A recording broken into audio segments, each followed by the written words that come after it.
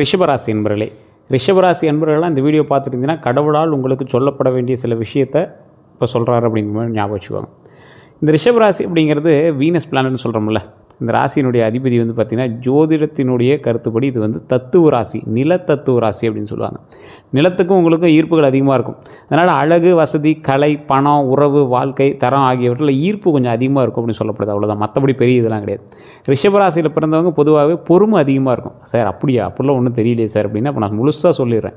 இப்போ நான் சொல்கிறது அது நான் சொல்லிடுறேன். யூடியூப்பில் பார்க்குறதுலாம் ஒன்றும் சரியாக இருக்கிறதில்ல சார் அப்படிம்பீங்க. நான் பேசிடுறேன் இந்த வீடியோவில். பேசினதுக்கப்புறம் நான் சொன்னது உண்மையாக இல்லையான்னு மறக்காம கமெண்ட் செக்ஷனில் பதிவிடுங்க. அதே போல் முழுசாக ஒரு விஷயத்தை புரிஞ்சுக்கணும். இப்போ நம்ம சொல்கிறது ராசி பலன் தான், ராசிக்கான பலன். உங்களுக்கு ராசி மட்டும்தான் ரிஷபம், உள்ள லக்கினம் வேறு, நட்சத்திரம் வேறு, தசாபுத்தி வேறு, நீங்கள் பிறந்த நேரம், பிறந்த ஊர், பிறந்த இடம், அதே போல் இப்போ உங்களோட பிரயாணிக்கூடிய மற்ற ராசிகள், இது மாதிரி நிறைய வேறு இருக்குது. ஸோ அதற்கு தகுந்தாறு போல் தான் உங்களது ஜாதகம் செல்லுபடியாகும். ஸோ அதுக்கு தகுந்த மாதிரி நீங்கள் வந்து யோசிச்சுக்கோங்க. நான் சொல்கிறது எந்த அளவுக்கு உங்களுக்கு எத்தனை பர்சன்டேஜ் உங்களுக்கு பொருந்துன்னு பார்த்துக்கோங்க.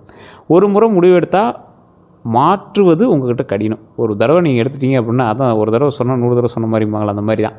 குடும்பம் மீது அதிக பாசம் உள்ள நபர் நீங்கள். பணத்தை மதிப்பவங்க. பணத்தை இப்படி தான் சார் செலவு பண்ணணும், இப்படி தான் சார் கரெக்டாக வச்சுக்கணும் அப்படின்னு பணத்தை மதிக்கிறவங்க. ஆனால் என்ன பலன்? பணம் உங்கள் கையில் நிற்கிறதில்ல. தரமான வாழ்க்கையை விரும்புகிறவங்க, உழைப்பில் நம்பிக்கை வச்சுருக்கவங்க, வெளியில் அமைதியாக இருந்தாலும் உள்ளுக்குள்ளே அதிகமாக யோசிக்கக்கூடிய நபர். உங்களை பார்த்து ஒருத்தன் நீ என்னடா அமைதியாகவே இருக்கும், ஆனால் உள்ளுக்குள்ளே 1000 எண்ணங்கள் உங்களுக்குள்ளே ஓடிட்டுருக்கு. மற்றவனுக்கு துரோகம் இல்லாத ஒரு எண்ணம் உங்கள் மனசு. மற்றவனுக்கு எவ்வளோ சீக்கிரம் நீங்கள் துரோகம் பண்ண மாட்டீங்க. உங்களுக்கு துரோகம் பண்ணவனை கூட நீங்கள் நினச்சி ஃபீல் தான் பண்ணீங்களே தவிர அவன் இதாகணும் அதாகவும் நீங்கள் நினைக்கவே மாட்டீங்க. மனசை கஷ்டப்படுவீங்க. ஆனால் கடவுளுடைய ஆசி உங்களுடைய மனதின் மூலமாக அவர்களுக்கு சில தண்டனைகளை கொடுத்துருக்கு. ஒரு சிலருக்கு தண்டனை காத்திருக்கு அப்படிங்கிறது ஞாபகம் வச்சுக்கோங்க. தற்போது ரிஷபராசிக்காரர்களோட மனதில் என்ன தெரியுமா விடும்? என் வாழ்க்கையில் ஒரு பெரிய மாற்றம் வேணும் அப்படின்னு நீங்கள் நினச்சிட்டு இருப்பீங்க. ரிஷபராசிக்காரங்க என் வருமானத்தை அதிகப்படுத்தணும் அப்படின்னு உங்களோட மைண்டில் ஓடிடும். என்னை மதிக்காதவங்ககிட்ட இருந்து விலக இருக்கணும் அப்படின்னு நீங்கள் யோசிச்சுட்ருக்கீங்க. என்னுடைய திறமையை நிரூபிக்கணும் அப்படின்னு யோசிச்சுட்ருக்கீங்க. இந்த எண்ணங்கள் இருக்கலாம், ஆனால் இது ஜோதிட பார்வையால் உங்களுக்கு நடந்துகிட்ருக்கு. கடந்த காலத்தில் ஏற்பட்ட சில மாற்றங்கள் அல்லது தாமதங்கள் காரணமாக அதிகமான யோசிக்கக்கூடிய மனநிலையில் இருக்கக்கூடிய உங்களுக்கு இந்த காலம் உங்களுக்கு ஆப்டாக பொருந்தக்கூடிய ஒரு விஷயத்தை கடவுள் கொடுக்குறார். ரிஷபராசியில் பிறந்தவங்களுடைய பிறப்பு ரகசியம் என்ன தெரியுமா? ஜோதிட நம்பிக்கையின்படி ரிஷபராசியில் பிறந்தவங்க ஆன்ம நோக்கம் அப்படிம்பாங்க. அதாவது நிலையான வாழ்க்கையை உருவாக்குறது தான் உங்களுடைய பிறப்பினுடைய ரகசியம்.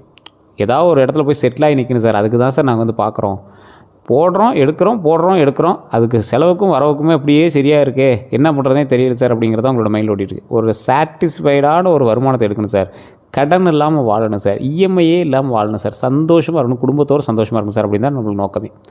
குடும்பத்திற்கு ஆதாரமாக இருப்பது உங்களுடைய பிறப்பினுடைய ரகசியம்.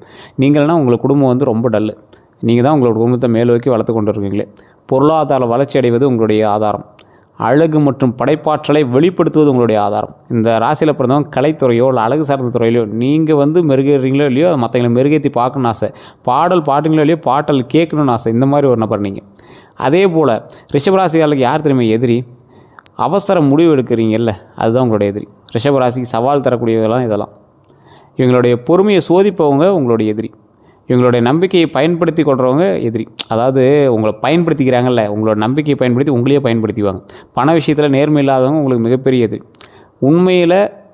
உண்மையான எதிரி பெரும்பாலும் வெளியில் இல்லை. இவங்களுடைய பிடிவாதம் சில நேரங்களில் தடையாக அமையலாம். இது ஞாபகம் வச்சுக்கோங்க. உங்களுடைய பிடிவாதம் உங்களுக்கு ஒரு எதிரி. உங்களோட எதிரி வெளியில் இல்லை, உங்களுடைய குடும்பத்துக்குள்ளேயே இருக்காங்க. உங்களுடைய சில உணர்ச்சிகளும் உங்களுக்கு எதிரி தான், அதை ஞாபகம் வச்சுக்கோங்க. தேவையில்லாத கோபம் எதிரி தான். தேவையில்லாத இடத்துல அதிகமான பேச்சு உங்களுக்கு எதிரி தான். தேவையில்லாத இடத்துல உங்களை நம்ப சொல்லி யாராவது சொன்னாங்கன்னா அங்கே போய் அவன் நம்பி உட்காந்துட்ருக்கீங்களா, அதுவும் எதிரி தான். குடும்பத்தில் யார் உறுதுணை அப்படின்னு பார்த்தீங்கன்னா தாய் அல்லது தாய் வழி உறவுகள் ஆதரவு தருவாங்க. வாழ்க்கை துணை மூலமாக நிலைத்தன்மை உங்களுக்கு கிடைக்கும். பொறுமையாக பேசக்கூடிய குடும்ப உறுப்பினர் நல்ல துணையாக உங்களுக்கு இருப்பாங்க. சவால்கள் ஏதாவது தெரியுமா வருது? இவங்களோட கருத்தை புரிந்து கொள்ளாதவங்ககிட்ட சவால் வருது.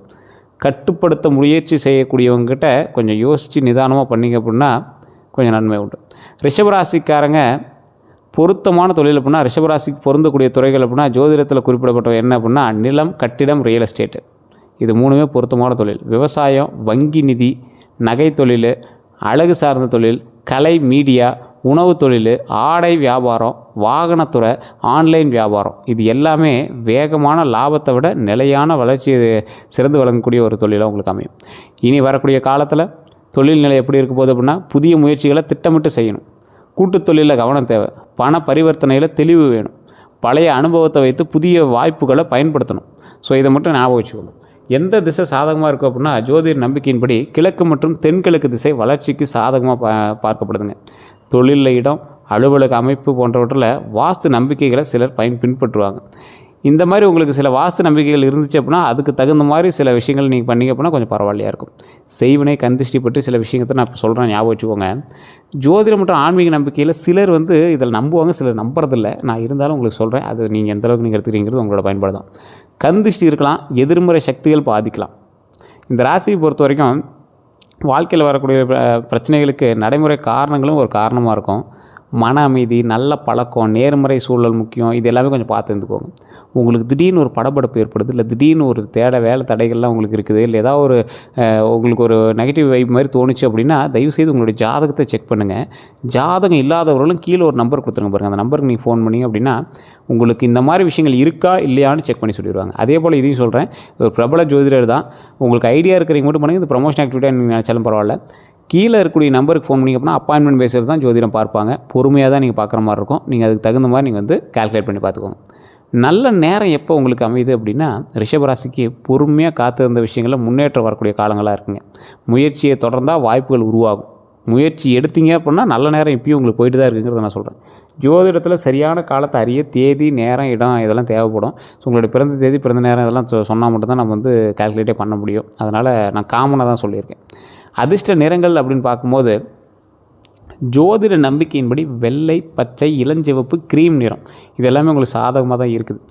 இருந்தாலும் இந்த ராசிக்காரர்களுக்கு லக்கினமும் நட்சத்திரத்தின்படி சில எண்ணங்களும் சில நிறங்களும் அதுக்கு தகுந்த மாதிரி சொல்லலாம்.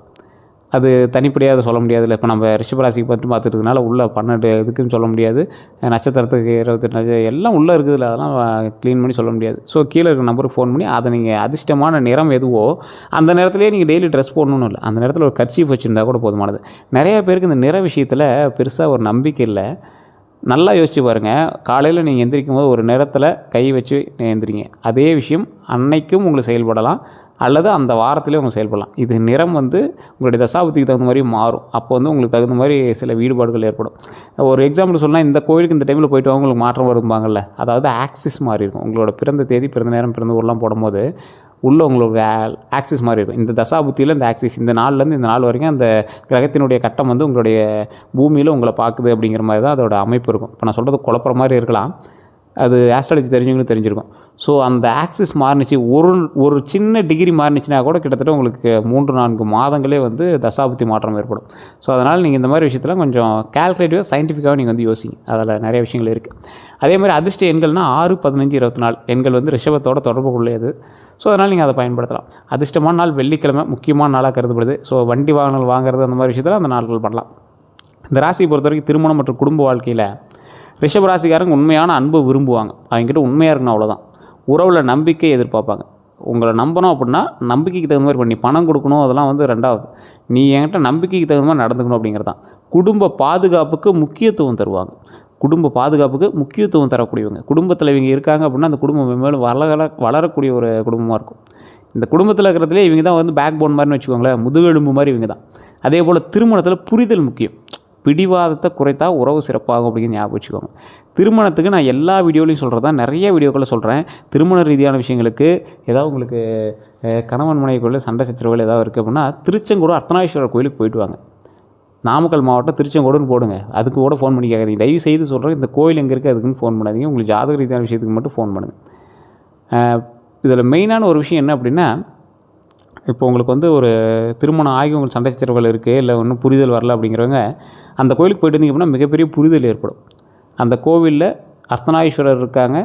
அர்த்தநாரீஸ்வரர் சிவனும் பார்வதியும் சேர்ந்த சிலையாக வெள்ளை தசபாசானத்தில் இருக்குது.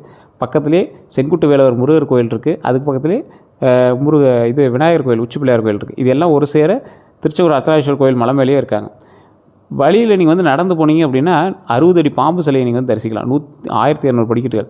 இல்லை சார் நடக்க முடியறதெல்லாம் நாங்கள் வண்டியிலே கூட போய்ட்டு வந்துடும் அப்படின்னா வண்டியில் போகிறதுக்கும் மேலே வண்டியில் போய்ட்டுலாம் பஸ்ஸும் போகுது. நீங்கள் அந்த கோயிலுக்கு போய்ட்டு வந்தீங்க அப்படின்னா மிகப்பெரிய ஒரு புரிதல் ஏற்படும். இன்றைக்கும் நிறைய பேர் கல்யாணம் ஆனவங்க, புதுசாக திருமணம் ஆனவங்களாம் என்ன பண்ணுறாங்க அப்படின்னா அந்த கோயிலுக்கு போய் மாலை மாற்றிக்கிறாங்க. இல்லை வயதானவங்களாம் ஒரு 60 வயது 50 வயதுலாம் ஆகுதுன்னா அங்கே போய் அந்த 60ஆம் கல்யாணம் பண்ணுறது, இந்த மாதிரி விஷயங்கள்லாம் பண்ணிக்கிறாங்க. காரணம் என்ன அப்படின்னா குடும்ப சமேதர்களாக காட்சி தரக்கூடிய ஸ்தலம், குடும்ப சமேதர்களாக ஒரு ஆகணும் அப்படின்னா அந்த கோயிலுக்கு போயிட்டு இருந்தீங்கன்னா மிகப்பெரிய ஒரு ஆளுமை திறன் வருது. குடும்பத்தை வந்து மெருகேற்றி உருவாக்கி கொண்டு வரதுக்கு நிறைய வழிகள் பிறக்குது அப்படிங்கிறது தான் அந்த கோயிலுடைய மிகப்பெரிய சிறப்பு. எல்லாம் தசபாசானத்தால் செய்யப்பட்ட சிலை. அந்த இருக்கக்கூடிய சிலைகளுக்கு அபிஷேகம் கிடையாது. நீங்கள் போயிட்டீங்கன்னா பிரம்மாண்டமான ஒரு ஸ்தலம். போய் பார்த்தீங்கன்னா ஆச்சரியப்பட்டுருவீங்க. கண்டிப்பாக அந்த கோயிலுக்கு போயிட்டாங்க. திருமண ரீதியான சிக்கல்கள் தீரும். குழந்தை பாக்கியத்துக்கு நான் முன்னாடியே சொன்னது தான். அதே போல் முன்னாடி ஒரு விஷயம், அந்த திருமண விஷயத்தில் உங்களுக்கு ஏதாவது வசியம் சம்மந்தப்பட்ட இந்த மாதிரி விஷயங்கள் இருக்குன்னா கீழே பிரபல ஜோதிடருடைய நம்பர் கொடுத்து அந்த நம்பருக்கு நீங்கள் ஃபோன் பண்ணி பேசலாம்.